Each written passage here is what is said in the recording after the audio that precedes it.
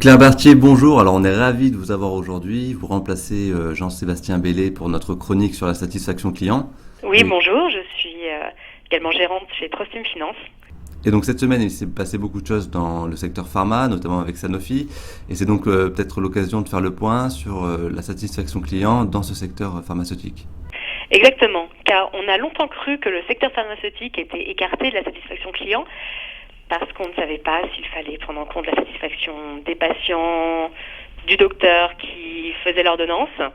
Et il y a un acteur, Novo Nordisk, danois, qui a répondu à cette question en prenant en compte les deux, à la fois le patient qui doit prendre son traitement et le docteur chez qui ils ont travaillé pour savoir quels étaient les produits qui marchaient le mieux, quelles étaient les prescriptions, la façon de traiter les patients qui allait être la plus efficace.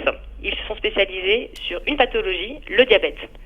Ok, donc ça leur a permis vraiment de prendre des parts de marché sur Sanofi. Oui, très largement. Ils sont leaders clairement sur ce marché partout dans le monde, en particulier aux États-Unis où ils taillent des croupières à Sanofi, car les docteurs prescrivent avant tout des produits nouveaux. Ils ont été les premiers à avoir des produits innovants comme le fameux stylo qui permet en une prise régler la prise d'insuline adaptée aux patients.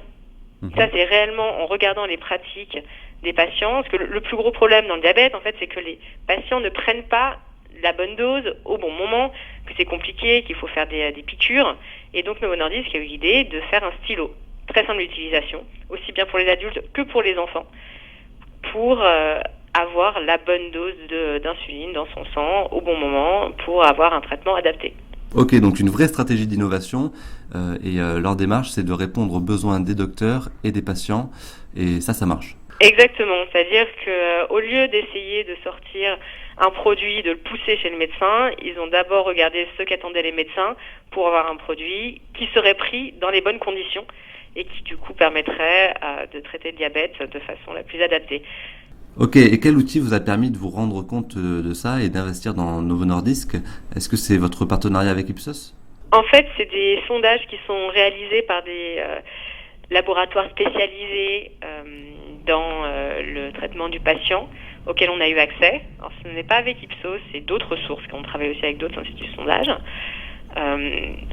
qui sont faits auprès des patients. Nous avons aussi des sources auprès des docteurs, des sondages qui sont réalisés régulièrement. Et en interne, Novo Nordisk réalise également des sondages et suit la satisfaction des docteurs avec qui il travaille. Merci Claire, et puis à la semaine prochaine peut-être. Merci. Merci.